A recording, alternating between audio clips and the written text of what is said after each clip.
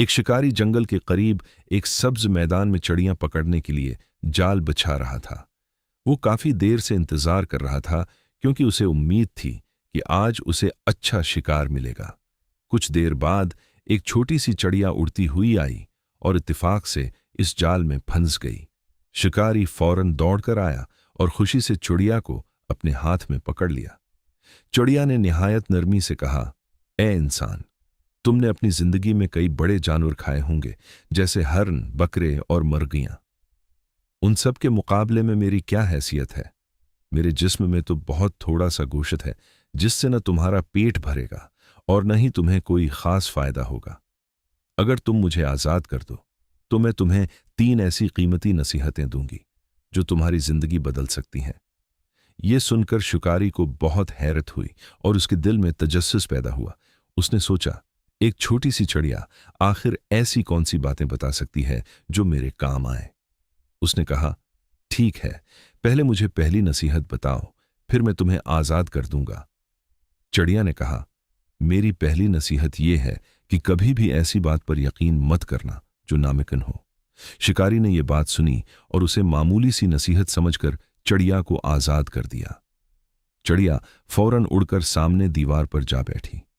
वहां बैठकर उसने कहा, मेरी दूसरी नसीहत यह है कि जो चीज हाथ से निकल जाए उस पर अफसोस नहीं करना चाहिए। फिर चिड़िया ने अचानक कहा, ए इंसान, तुमने मुझे छोड़कर बहुत बड़ी गलती की है। मेरे पेट में एक बहुत कीमती और नायाब मोती था।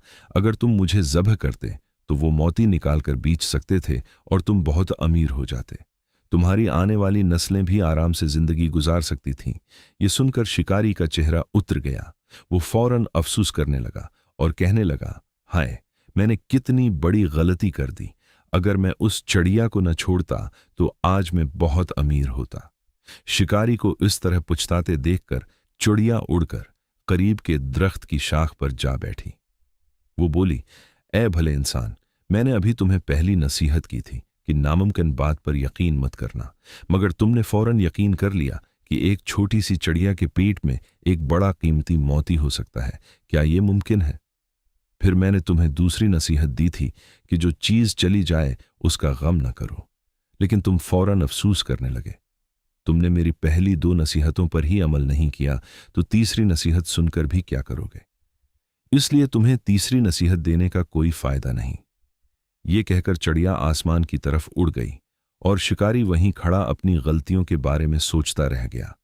उस कहानी से हमें यह सबक मिलता है कि हमें हमेशा दाना लोगों की बात गौर से सुननी चाहिए और सिर्फ सुनना ही नहीं बल्कि उस पर अमल भी करना चाहिए, क्योंकि नसीहत वो खजाना है जो हमें दूसरों के तजुर्बे से मुफ्त में मिलता है, और अगर हम उस पर अमल करें तो हम अपनी जिंदगी की बहुत सी गलतियों से बच सकते हैं।